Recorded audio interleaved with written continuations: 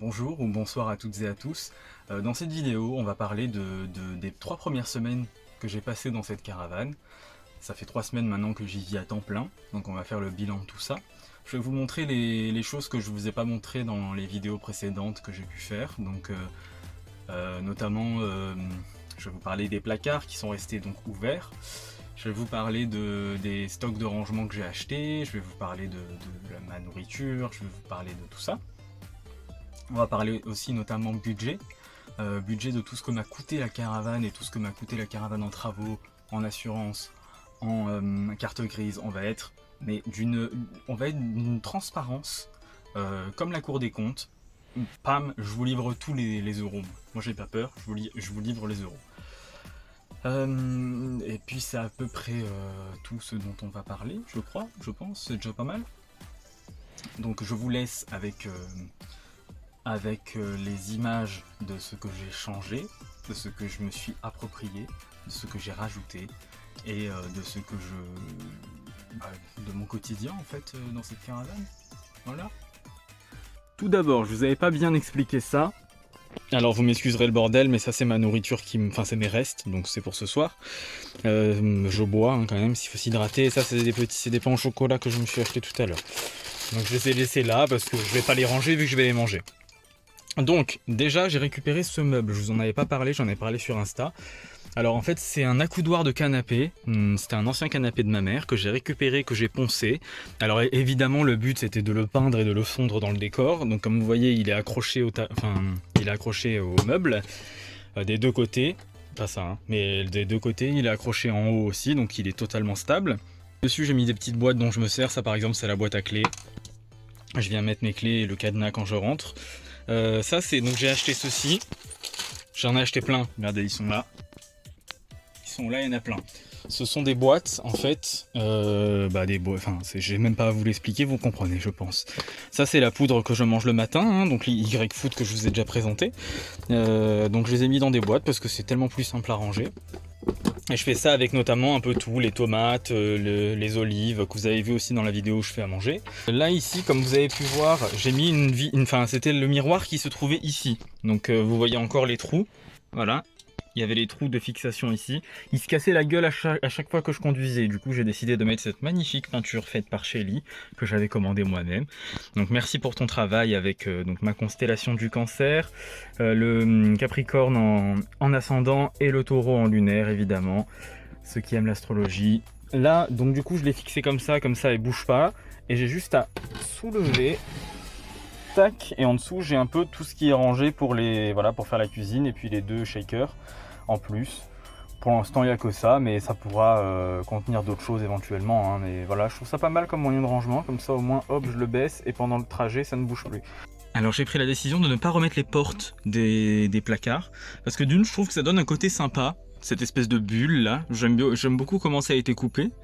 Et puis au moins c'est accessible, c'est assez vite, enfin je vois assez vite ce qu'il y a. La bouilloire va dégager parce qu'elle me sert à rien. Et en fait j'ai acheté plein de petites boîtes comme ça où je range plein de choses comme vous voyez. Bon, ça vous l'avez pas vu, c'est rien.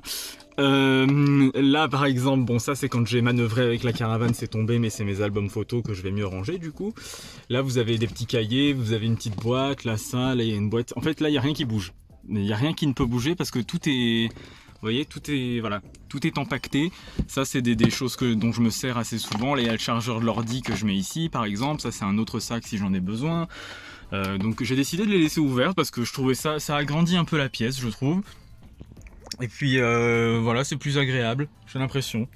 Niveau manger, donc avant je vous avais parlé que je mangeais de la poudre. Ça a changé quand même. Alors je mange pas mal, comme je vous ai montré, de quinoa et surtout de semoule de couscous. J'adore ça en ce moment, c'est mon truc. Là vous avez les olives dont je vous ai parlé. Et j'avais des tomates mais je les ai mangées hier. Donc je mets ça dans des petites boîtes. Hop, là vous avez les autres petites boîtes que j'ai utilisées qui sont vides. Donc maintenant c'est rangé ici. Donc je me nourris mieux, n'ayez pas peur. Là, hop, on a la balayette, etc. Sous ça, on a les conserves qui me restent. Et ici, on a la vaisselle qui est stockée. En fait, je vous refais un room tour, mais après utilisation de 3 semaines, quoi. Comment j'ai optimisé le tout. J'avais eu un problème sur la douche. Alors, la douche, c'était compliqué. Comme je vous avais dit, le seau ne suffisait pas. Donc, j'ai essayé pendant un autre moment de le mettre directement dans le bac de douche et que l'eau soit en cycle en fait. Sauf qu'à chaque fois qu'elle chopait une merde, une pouffe, un truc, enfin de la poussière, elle se bouchait. C'était un enfer pour se doucher, etc. Donc j'ai trouvé un récipient adapté en hauteur pour contenir de l'eau sur de la hauteur. Un vase. Le problème c'est qu'il est en verre et que c'est très fragile, donc je ne sais pas combien de temps ça va tenir, mais ça marche très très bien pour ce que je fais. Sauf que, encore une fois, j'avais mal dosé le ratio, donc j'ai pris une douche un peu fraîche, mais bon, là, vu que ça se réchauffe niveau température, ça devrait pas me faire du mal. Donc c'est très bien, c'est très adapté pour ce système de douche. Pour être tout à fait transparent avec vous-même. Ici, on retrouve donc ça, donc j'ai mis cette porte là pour cacher. En dessous vous avez il y a quoi en dessous? Il y a le linge normalement, mais là il est là. Il y a le linge sale, vous avez les recyclages ici, vous avez donc la sciure de bois pour les toilettes qui sont ici et que je ne vous ouvrirai pas. Et de toute façon il n'y a rien dedans, elle est neuve. Voilà, je dis n'importe quoi. Et en fait voilà, pour être tout à fait transparent avec vous, le pipi ça se passe ici. Parce que si ça se passait ici, ce serait difficile. Donc ça se passe ici. Heureusement, je suis un homme. Vous avez l'eau propre à côté. Alors aussi, je vous avais dit dans une vidéo que j'avais scié les deux trucs là pour pouvoir les ouvrir avec le sommier, blablabla. Comme ça, j'y aurais accès. C'est beaucoup trop galère. J'ai décidé de laisser le lit indéfiniment comme ça. Notamment parce qu'il y a un sommier, parce que j'ai vissé le sommier, parce que ça a bougé et du coup les lattes se barraient. Je l'ai vissé comme vous voyez une planche qui elle-même commençait à avoir mal à ce niveau-là, donc du coup j'ai remis une planche en dessous. Donc là non, en fait les deux malles qui sont là, une ici et une là-bas, je les ai condamnés en fait. Il n'y a rien dedans, je ne soulève pas le lit reste comme ça, je le remets pas en position banquette, ça va rester comme ça. J'avais complètement oublié que j'avais rangé de la sciure de bois là-dedans. D'accord, bah du coup il y a de la sciure de bois, il y a mes papiers, il y a les sacs pour les courses, et derrière ça il y a l'imprimante et il y a le matériel pour faire des travaux, voilà. À présent on va parler du budget. Donc le budget pour cette caravane, c'est une Trigano 1973, donc elle a bientôt 50 ans. Je l'ai acheté 900 €. Ce qui était super important pour moi, c'est qu'elle ait une carte grise. Je voulais absolument qu'elle soit en règle, puisque je vais conduire avec, donc je veux qu'elle soit en règle. Je voulais absolument qu'elle soit étanche.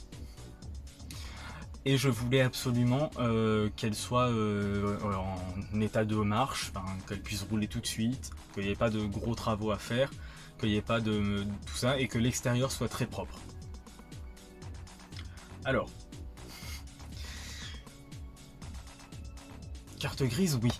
Il y avait la carte grise, j'ai pu la faire très facilement. Donc déjà la caravane m'a coûté 900 €.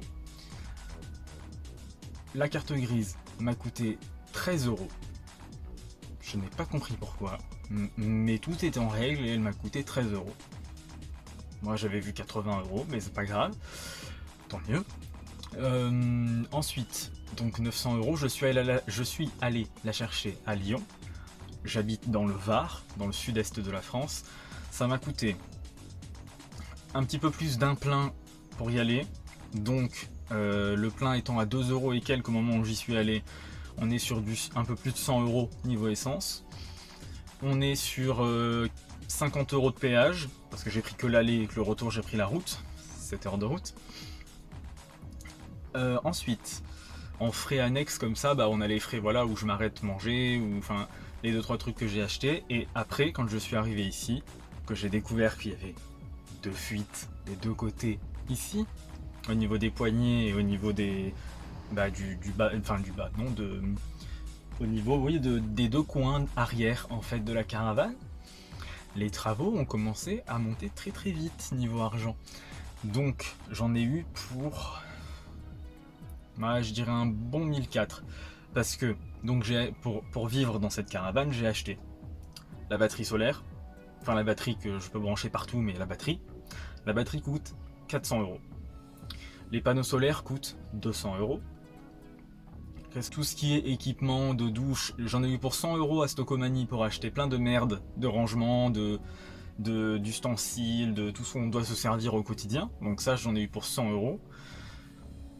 J'ai balancé chez Weldom au moins 300 euros pour les travaux, pour isoler derrière, pour la mousse, pour les cols, pour les joints, pour les outils. Ah oui, la boîte à outils, la perceuse, la scie métallique, le cadenas, le truc pour bloquer la porte.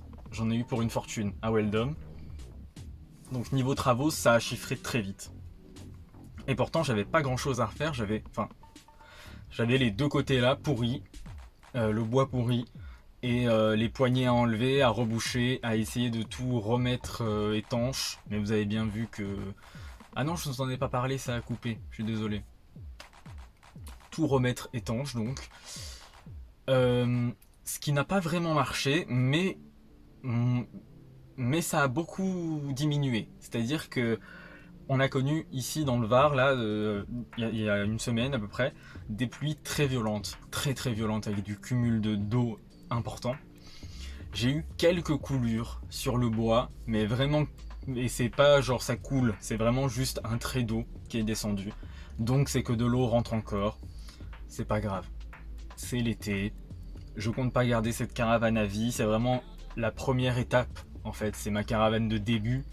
Au moins j'aurais eu une caravane vintage où j'ai retapé un peu tout moi, un peu comme moi je suis partisan du moindre effort. Je suis pas du tout minutieux. Ça me gonfle d'être minutieux.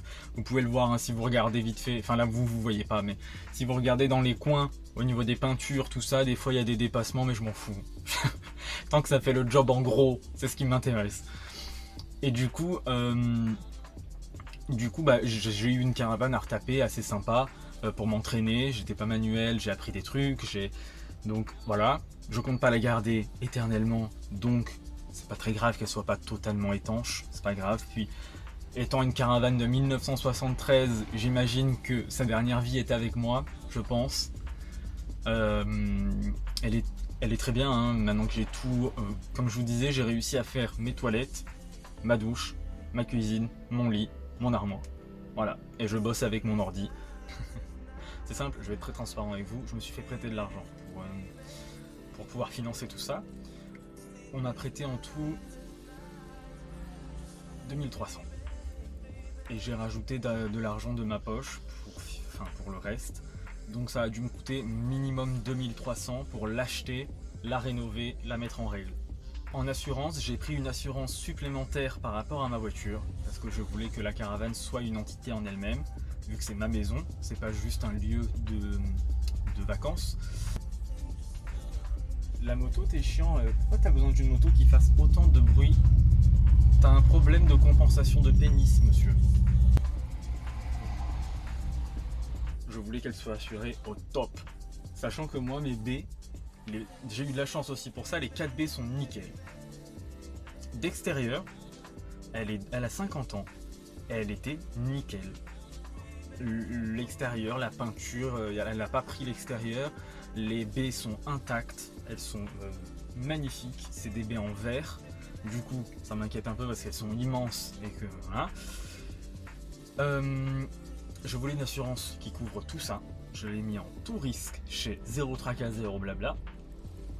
Et j'en ai pour 10 euros par mois d'assurance tout risque.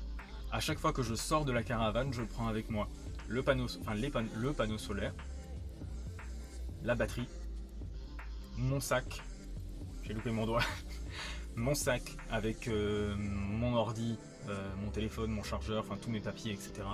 Donc en gros, il ne reste plus que la pompe de douche à 20 euros. Donc, voilà, des vêtements, des trucs, mais si on me casse la caravane pour rentrer dedans, il n'y a rien à voler en vrai. La manœuvre de la caravane, j'avais un peu peur au début quand j'ai commencé à rouler avec. Au final, j'ai une voiture, vous l'avez vu, j'ai une petite voiture verte qui fait 4 mètres de long.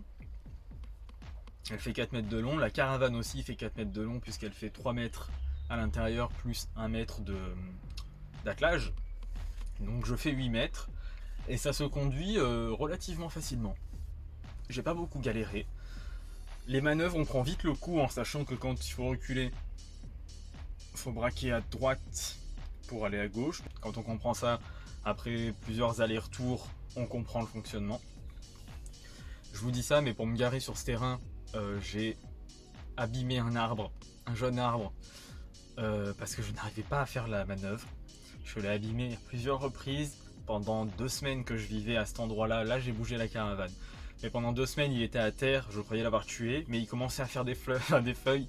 Donc je me suis dit, le pauvre, il est encore en vie. Donc même avec la plus grande prudence du monde, il faut faire attention. Je suis dans un endroit assez étroit pour braquer. J'étais dans un champ, et là je suis sur l'endroit où on peut partir. Parce que j'envisage de commencer à faire quelques nuits d'essai. Parce que là maintenant je me suis habitué totalement à vivre ici, mais bon c'est un jardin. J'envisage de faire quelques nuits d'essai aux alentours pour me familiariser avec le fait de ne pas dormir dans une zone de confort et on verra comment ça se passe. Je m'excuse auprès de l'arbre, je vais d'ailleurs aller lui faire un câlin en fin de vidéo. Dans une vingtaine de jours je pars pour la Bretagne, la vie se passe très bien dedans. Honnêtement, il y a 5 mètres carrés, hein, mais moi j'ai pas l'impression. J'ai vécu pendant 1 an dans un appartement de 24 mètres carrés où je me sentais beaucoup plus étouffé qu'ici. Ça a notamment rapport avec, je pense, la luminosité, le fait que je sois entouré de verdure et du dehors, ça aide énormément. Mais je vis dans 5 mètres carrés, je me sens très bien. J'aimerais évoquer, juste avant de finir, un sujet pour lequel j'angoisse assez. J'angoisse assez de la sécurité. Et notamment parce que je me renseigne beaucoup et je pense que ce n'est pas bien. Il faut être sur ses gardes, il faut être renseigné, il faut toujours se méfier, il faut avoir de bons réflexes, mais si on est trop sur la défensive, si on est trop sur la peur de ce qui peut nous arriver, on risque de se gâcher cette vie parce qu'on a peur de l'inconnu. Je pense qu'il faut vraiment appréhender ça comme quelque chose qui est là, mais qui ne doit pas intoxiquer. J'ai vraiment des angoisses, notamment parce que je suis malade de ça, hein. Je suis malade de troubles dépressifs et anxieux. Donc j'angoisse assez à l'idée de dormir en pleine nature avec les 3 baies vitrées autour de moi, en ne sachant pas ce qu'il y a dehors. C'est quelque chose qui m'angoisse assez. Niveau de sécurité, j'ai dans la caravane des outils dont je me suis servi pour faire les travaux, qui seraient de très bons outils de défense. Notamment cette petite merveille, hein. J'imagine que si on se prend un coup comme ça, même si on fait pas ça, hein, juste un coup comme ça, j'imagine que c'est pas agréable. Le cas échéant, si vraiment il m'arrive quelque chose, après je regardais pas mal de choses, c'est très très rare qu'il arrive une agression pendant qu'on est à l'intérieur. C'est plus souvent des vols pendant qu'on est à l'extérieur. Mais il faut avoir les bons réflexes, il faut savoir où on s'arrête, il faut savoir, voilà, tout ce genre de choses. J'avais pensé à prendre un chien, ma mère a un chien que j'aurais pu prendre, mais j'ai pas envie de me contraindre à avoir un chien. Je suis aussi un homme, ce qui est plus simple, parce que j'ai pas cette peur de la femme, qui est plus vulnérable à l'extérieur. C'est un fait, hein, les femmes sont plus en insécurité toutes seules qu'un homme, même si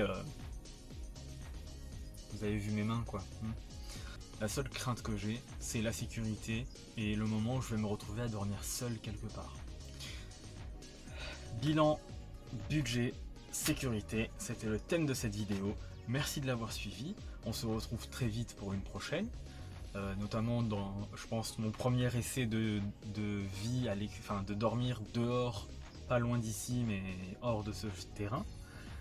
Merci d'avoir suivi cette vidéo. N'oubliez pas de vivre la vie que vous souhaitez et pas celle qu'on veut vous imposer, parce que la vie est trop courte et nous n'en avons qu'une, alors autant en profiter jusqu'au bout. Amour sur tous, aimez-vous les uns les autres, et puis on se revoit très vite. Au revoir.